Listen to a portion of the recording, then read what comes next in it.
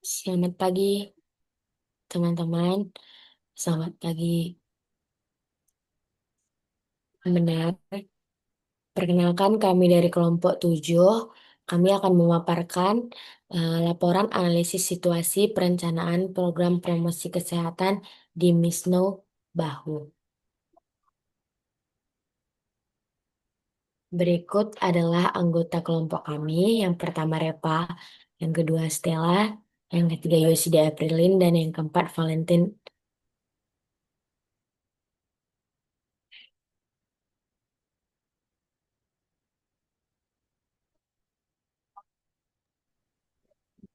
Kita masuk pada latar belakang di sini.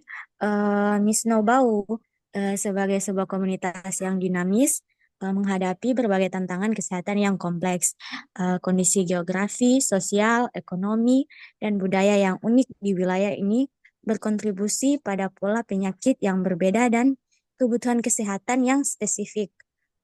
Dalam Noto Noto Atmojo S 2018. Analisis situasi kesehatan yang komprehensif diperlukan untuk mengidentifikasi masalah kesehatan utama, memahami faktor-faktor yang mempengaruhinya, dan merumuskan program kesehatan yang efektif dan berkelanjutan. Analisis situasi ini akan mengevaluasi berbagai aspek kesehatan masyarakat di Misnobahu. Status kesehatan menjelaskan prevalensi penyakit menular dan tidak menular, angka kematian ibu dan anak, status gizi, dan kesehatan lingkungan. Determinan sosial kesehatan menjelaskan tingkat pendidikan, pendapatan, akses terhadap air bersih dan sanitasi, serta perilaku hidup sehat. Dalam Kementerian Kesehatan Republik Indonesia 2023. Dengan memahami situasi kesehatan secara menyeluruh, kita dapat mengembangkan program kesehatan yang tepat sasaran, berbasis bukti, dan sesuai dengan kebutuhan masyarakat Misnaubau. Di sini tujuan yang pertama itu mengidentifikasi dan menganalisis masalah kesehatan utama yang dihadapi masyarakat Misnaubau.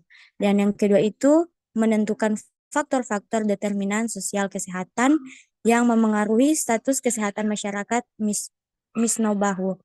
Dan yang ketiga itu merumuskan rekomendasi program kesehatan yang efektif dan berkelanjutan untuk mengatasi masalah kesehatan di Misnobahu.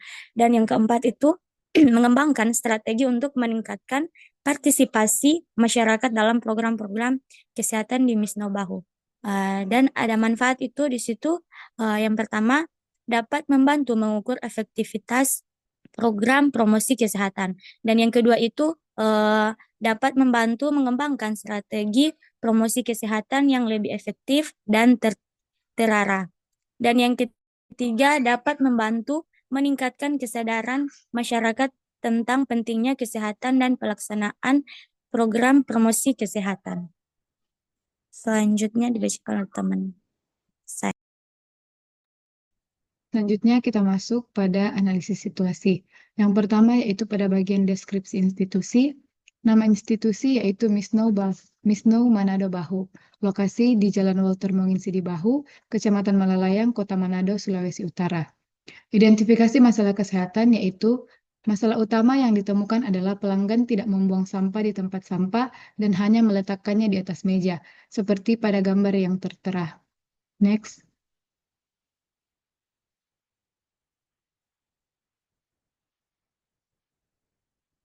Pengumpulan data untuk sumber data melalui observasi. Metode yang digunakan untuk pengumpulan data adalah observasi dan wawancara. Selanjutnya, analisis faktor determinan. Faktor internal yaitu perilaku individu yang tidak sadar akan pentingnya membuang sampah pada tempatnya. Dan faktor eksternal yaitu lingkungan sekitar. Selanjutnya, identifikasi pemangku kepentingan. Yang berperan dalam masalah ini adalah pemilik usaha dan karyawan, dan peran masing-masing pihak dalam promosi kesehatan. Yang pertama, peran pemilik usaha, yaitu menyediakan akses atau sarana yang memadai di tempat usaha. Dan yang kedua, peran karyawan, memantau dan memperhatikan sarana yang telah disediakan. Untuk prioritas masalah, Berdasarkan hasil identifikasi, masalah yang kami temukan di institusi tersebut hanya satu, yaitu pelanggan yang tidak membuang sampah pada tempatnya. Masalah ini diprioritaskan karena berdampak pada kebersihan institusi tersebut yang dapat menyebabkan ketidaknyamanan pada pengunjung maupun karyawan di institusi tersebut. Oke, baik. Kita masuk kepada perencanaan program promosi kesehatan. Ada tujuan program, yaitu sasaran utama dari program yang dilaksanakan adalah masyarakat. Dalam hal ini, semua pengunjung Wisnu Bahu, baik. Adapun tujuan dari program ini adalah agar pengunjung dapat menerapkan perilaku sehat, yaitu membuang sampah minuman ke tempat sampah yang telah disediakan. Selanjutnya ada strategi intervensi, yaitu strategi yang dilakukan edukasi kepada pekerja tentang selalu menjaga kebersihan lantai dan tetap mengusahakan agar tempat sampah memiliki tutup.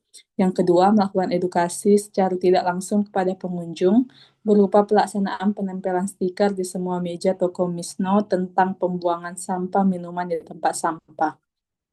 Ada rencana implementasi, yaitu jadwal pelaksanaan yang pertama edukasi dan izin dilakukan pada Senin 17 Maret 2025. Yang kedua, kegiatannya penempelan stiker dilakukan pada hari Rabu 26 Maret 2024.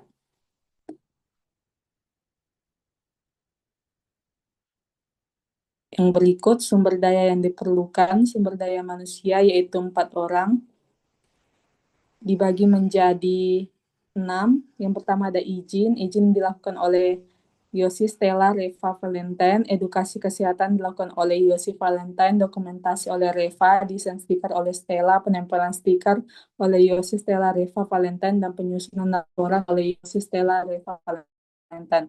Adapun anggaran yang diperlukan yaitu stiker anti air sebesar 25.000 dan evaluasi yaitu metode evaluasi melalui observasi bahwa stiker masih tertempel di meja dan kebersihan dari toko Misno tetap terjaga.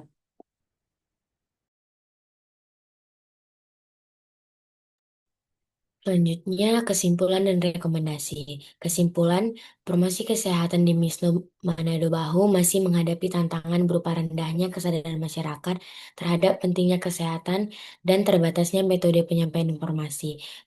Program yang ada belum sepenuhnya efektif karena kurangnya inovasi dan partisipasi aktif masyarakat.